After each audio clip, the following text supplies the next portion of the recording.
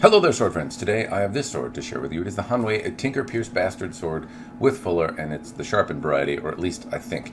I'll touch on that in just a moment. But before I do, I should tell you a couple quick things. One, this sword is secondhand and well used, and I don't think it's at all representative of what you would expect to get if you were to get one new. Now, hopefully, the dynamic properties of this sword at least give you some idea of how it moves around, and some of the basic assembly and other bits I have to share make the review worthwhile. But do know that if you were to buy one of these new, you would expect something far and away better than this one is, wherever you happen to buy your swords new, whether it's from Cult of Athena or Hanwei. They shouldn't be all scratched up and degraded, at least like this one is. Also, no, I am not a student of historic European martial arts. I don't know how to use a sword, any sword really, as any kind of master, but I more particularly don't study the type of swordsmanship that revolves around this type of sword. So as I swing it around, know that it's from the eyes of a novice, and while I'm an enthusiast and can share a couple things, I am certainly not an expert, and take what I say with a grain of salt. Anyway, on with the actual review part. The first thing I want to do is tell you why I find this sword interesting, and what really makes it interesting to me is the variety of parts that are available, the options to upgrade or bedazzle your sword post-purchase that I find really fascinating, and what I think this sets this sword apart. What I mean by that is there is a company called the Printed Armory, for example, that makes 3D printed fittings. I will provide a link in the description down below that even a numbskull like me with minimal file work and some minimal tools would be able to get fit onto a sword like this, which I think is fantastic. If you want to upgrade your hilt furniture, you can do that through the Printed Armory. It comes apart, it can be reassembled with different components, and I find that fascinating. But more than that, Hanwei also sells, or rather CS Iberia sells, additional parts for this sword. So you can buy an additional sharp blade, you can buy a blunt blade, you can buy additional hex nut fittings should they wear out, which they may very well wear out. The point is that if you bend or break this sword doing sword-related activities, you can buy a new blade. If your blade dulls, it may be cheaper to buy a new blade than to send it off and have it sharpened. Now, I know many of you are more capable sharpeners than I am, but I don't have the wherewithal to really get a good keen edge on swords. I've tried and failed miserably, so I just send it off to a professional. The cost of a new sharp blade would be presumably less than the cost of me sending it out if I factor in the time, labor of the actual sharpening, but also the shipping back and forth. Anyway, the overall amount of parts available for this and how the community has surrounded itself around different fittings and things that can go on it, I find very fascinating, and I think really sets this apart in terms of other products. There aren't really anything else that I can think of. There isn't really anything else I can think of in the $220 price category that offers the same variety of different fittings and facets that you could put on the sword. And if I'm incorrect in that, throw some information in the comments down below about different things that can be assembled in the same price point, but I don't know of any. Additionally, there are some other factors which I think are interesting from a supply chain nerdy perspective. One is that this sword is, I think, prolific. I don't have any data to really back it up, but I suspect that given how long it's been out, how often I see them in the community, and how often they seem to be sold out, that this is one of the most prolific mass reproduction historic European style arms of a single model out there. Whether it be this one or the Hanwei Tinker Longsword, probably that one more specifically than the Bastard Sword, though I guess I'm not exactly sure. Either way, they seem to sell out quite quickly, and they've been making them for a long time, so I suspect there's a lot of these out there. Additionally, I think the reputation of these is quite good. Now, I know there are plenty of examples online of people having these swords, using them for sword-related activities, and having them fail, whether it be in the hilt or in the blade somewhere.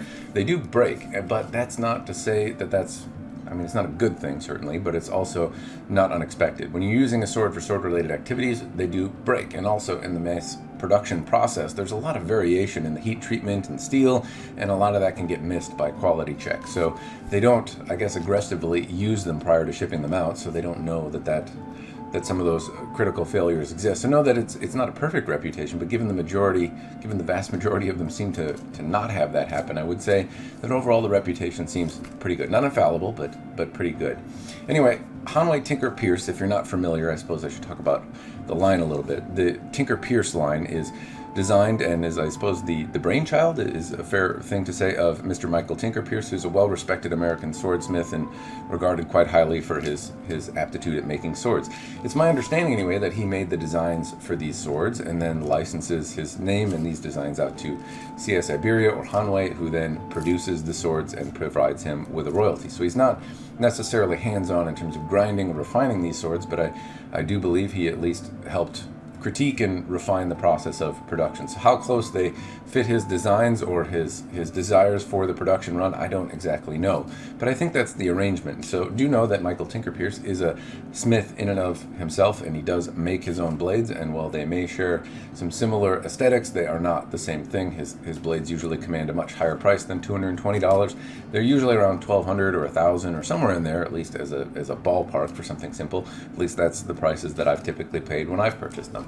This one, however, is much less expensive because it's mass produced. It's not doesn't have the hand of the master behind it, but it does have some designs and thoughts behind it, which I think really helped set it apart, at least during the time it came out. Now, I'm not exactly sure when that was, but these have been around for a long time, and it's my understanding that early on in the mass production sword market, as it related to European arms, many of the providers out there just provided massive club type weapons that were not terribly comfortable to use and didn't feel dynamically like what they were trying to recreate or reproduce. This does feel like a sword. It feels good in the hand. It feels nimble enough. It's a little tip heavy, I suppose, and I'll provide the weapon dynamics computer for you. But the main point is that it feels like a sword. So I imagine that this was a bit of a renaissance when it came out, as I think it's one of the earlier versions of a European reproduction sword that was out on the market. Anyway, that's what I know about it. Now I'll talk about this one specifically. The first thing I'm going to talk about is the pommel. The pommel has a hex nut fitting, and one thing I want to point out very early on, I suppose the level of the hex nut isn't jagged or sharp. It doesn't hurt my hand, but it does seem well worn, well used. Now it's held up. It's very tight. I really have to apply a lot of pressure to get it to move around, but the hex nut seems in a state of disarray, in the sense that I don't know if I untighten it that I'm going to get it back tightened up. It seems worn out, but Hanwei does sell, or CS Iberia does sell, replacement hex nuts if you need more. The pommel itself is a simple wheel pommel. It does have some facets on it, or some chamfered or edges on it that are sloped and provides a little bit of a dimension. It also feels about the right size for my sausage hand, so if I want to palm the pommel, it's comfortable. It doesn't rip my hands without a glove, which I like. The edges are smoothed out so that it's a comfortable user experience. But it's big enough if I just use it one-handed somewhere for some reason down here, it keeps my hand secure, it doesn't slide off. Overall, it does the job. It's a simple execution, very practical, and I suppose that's what the intention is. So I think it does the job. It's good enough. Moving on to the handle now. The first thing I want to point out on the handle is this super glued seam right here, at least what I suspect is super glue. And the first thing that comes to mind is, why would somebody do that? Well, in my experience, many of these seams, when they start to come undone from use, start to unwind and expose whatever's underneath here. So to nip that in the bud, I'm guessing the previous owner applied some super glue down here, and as unsightly as it is, it certainly has done the job. I've used this sword over the course of a couple years, or at least a year now. I've swung it around in a variety of different things, and overall that super glue hasn't come undone. It's still reasonably tight, and it's not uncomfortable. So as unsightly as it is, it's a simple fix. And more to that point, if this coming undone is common, I can't say it's something that hasn't happened to me before on a variety of different manufacturers. Applying a dab of super glue, as unsightly as it is at least a fix that you could apply with very minimal tools and skill, which are important to me because I might have some tools. I do have minimal skill. The other bits to note about the handle is that it's an elliptical shape and is easy to index. I can tell where the edge is on either side with my eyes closed. It's easy to figure that out. The grip doesn't overlap either of the fittings, so in terms of just general sightliness and aesthetics, it appears to flow quite well. It also has a swell in the center. It's easy, if I don't want to choke up on the grip, to keep my hand secured in the center. It tapers down towards the pommel as well as towards the crossguard slightly. It's a very reasonably shaped grip. I suppose it could be a little bit bigger. It maybe is a little bit small overall, but I still find it actually to be more comfortable. Despite my giant sausage hands, I generally prefer smaller grips to larger ones. Before I move on, the other bit I should note is that the leather on the handle appears to have held up reasonably well. It's been through its paces, and while the seam has come undone, the sides of the leather aren't loose, they aren't frayed. There's only a couple spots of damage on the leather, and given how much this has been used, that's a good sign that it's held together well. It doesn't rattle, it's not bad at all. Now we can move on to the crossguard. The crossguard is a simple cross. I'm not exactly sure what type of crossguard this is. It does have kind of a central ridge along the flats of the sword, and I can make out a lot of wibbly wobbly lines in the crossguard, but it's simple and practical and does the job. I like that the edges are also not not sharp or jagged. They've been kind of tampered down or buffed down so that if I slide my hands, if I choke up on the crossguard, it doesn't bite into my hands as I swing it around. And also, as a Japanese sword practitioner, if I go up into a high guard position here, I tend to whack my noodle with the quillins on these swords, and at least these don't hurt as much. They're also a little bit smaller, so I have less propensity to whack myself in the face with them. Anyway, overall, the crossguard seems to do the job quite well. I would also note that the gap in the crossguard here is relatively small for a sword in this price category. A lot of times, this price category fits in the lines of Windlass and other brands from India. There are some bits out there, but very often the gap in the crossguard for a $220 sword is much larger than this. Well, it's not perfect. There's at least a millimeter, sometimes two, around the outside edge. It's only a millimeter or two, and overall it's reasonably even, as opposed to 5 or 10 or just a big hollowed out brick that I can see all the way down. So this is not a bad execution for the money. Could it be better? Absolutely, but given the tolerances that we're working with for $220, I don't think that's unacceptable. Now I'm going to chat just for a moment about the scabbard, and the simple benefit here is that it comes with a scabbard. There is a scabbard included. I don't know if it still looks like this one. This one's in a state of disarray. It's got frays and pings and dings and scratches all over it, but overall it's still a wooden cord scabbard wrapped in leather. I'm not sure if the newer ones are wrapped in leather or not. I believe they are. Anyway, this is the scabbard that the sword comes with, and there's a couple things to note. One, it is, well, it's not exactly form-fit. It rattles around in there really easily. It makes a bunch of noise. It also just plain falls right out. Now, that could be because this one is older and it's gone through various changes in temperature and humidity, and it's just no longer what it once was. But I suspect for the money, you're more getting a storage case than you are a really functional, well-fit scabbard. There are some bits to note. The metal components on here match overall pretty well with the remainder of the fittings. It's simple and practical, but it does the job, and at least is relatively consistent. The other bit is, I'm sure Hanwei did not put the best wood in the scabbard, so in the event that it cracks or breaks, this one is bound in leather, so hopefully it would keep it from falling apart and exposing the blade were it to break.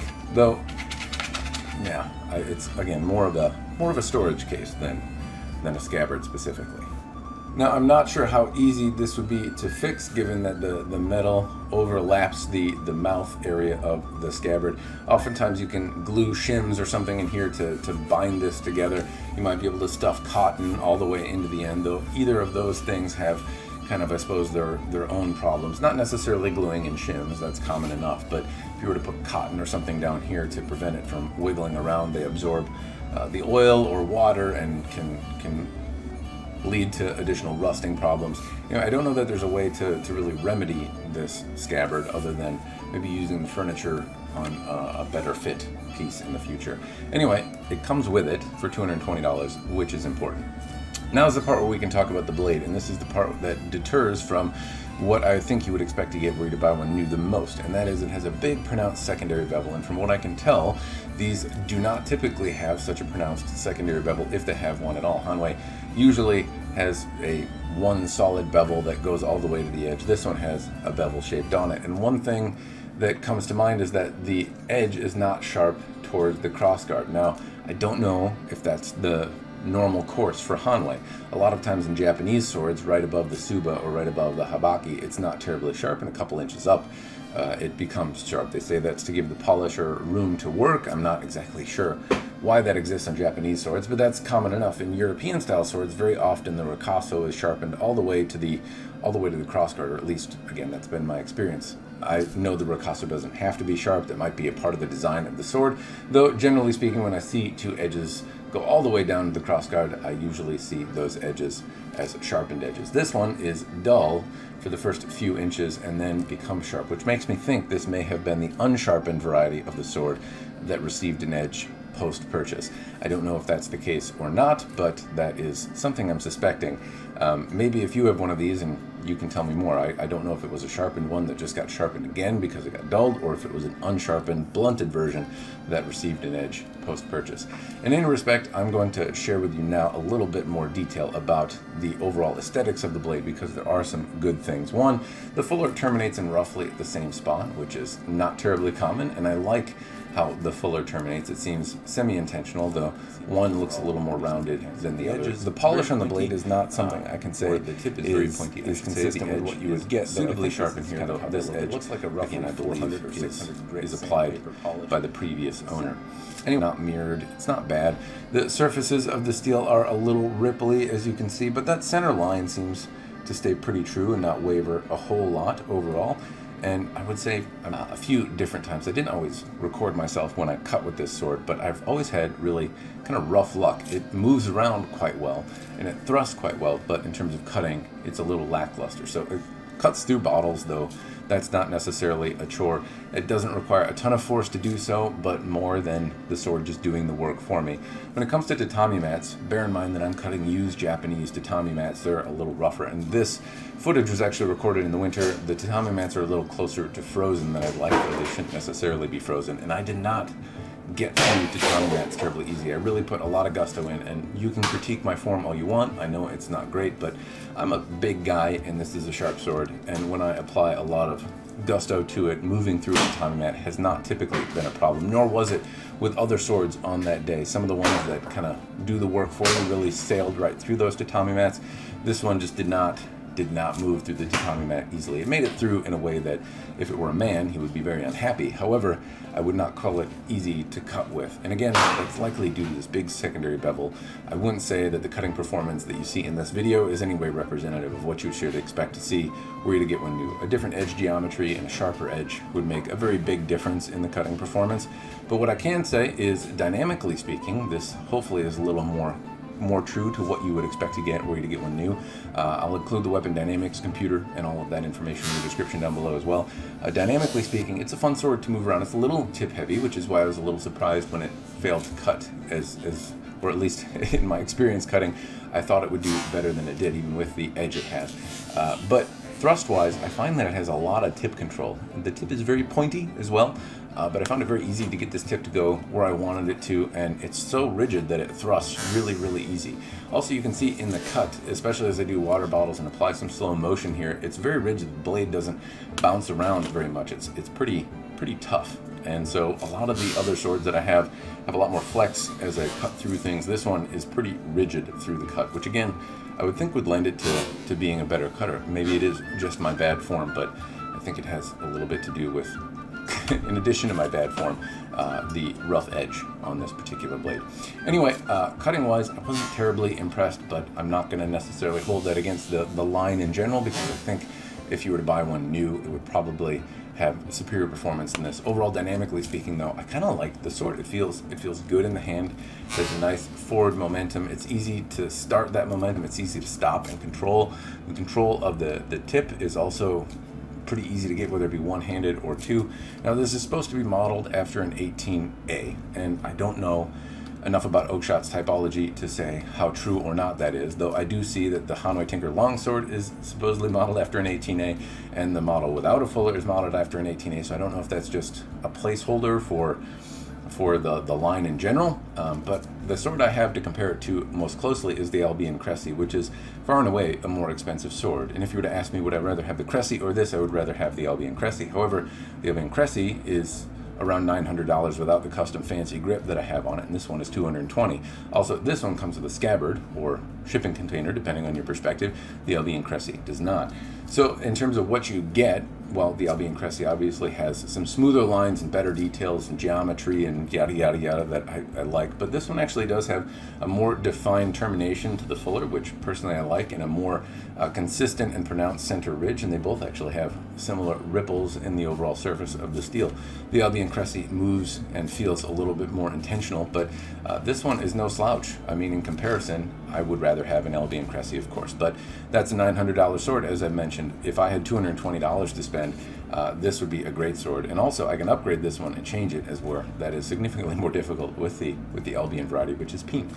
Anyway, now's the part of the review where I can answer the question, do I personally think it's worth it or not? And in short, yes, for $220, I think this is an amazing sword. While its reputation is not perfect and my experience cutting was not overly fantastic, I do think it has kind of a special place in my heart and in the heart of the community, given how prolific and common it is, and given that you can buy additional blades and swap them out, and given that you can buy additional fittings from different folks out there. That's really impressive to me, and one part that makes it, I think, it makes it hold a special place in the mass reproduction sword market.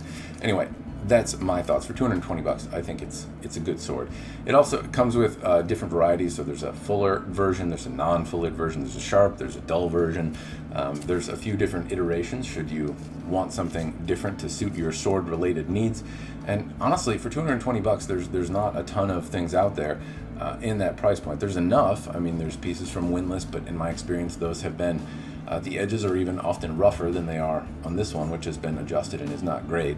And they usually feel a lot more cumbersome in the hand, a lot less representative of what a sword should actually feel like, which is a more, I suppose, elegant weapon. They're not clubbish, brutish weapons, at least not generally speaking.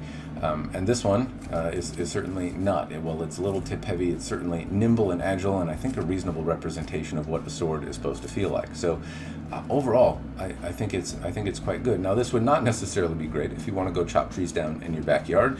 It's probably not the greatest tool for that. I don't know if any sword is, though there have been swords that are more apt to take that type of abuse than this one would be. But if you want an actual sword that feels representative of a sword in a budget-minded price point, and you want to have options for upgrades in the future, I think this is a handsome and attractive option that is worthy of consideration. Anyway, those are my thoughts. I hope the review's been interesting. As always, cheers, and thanks for watching.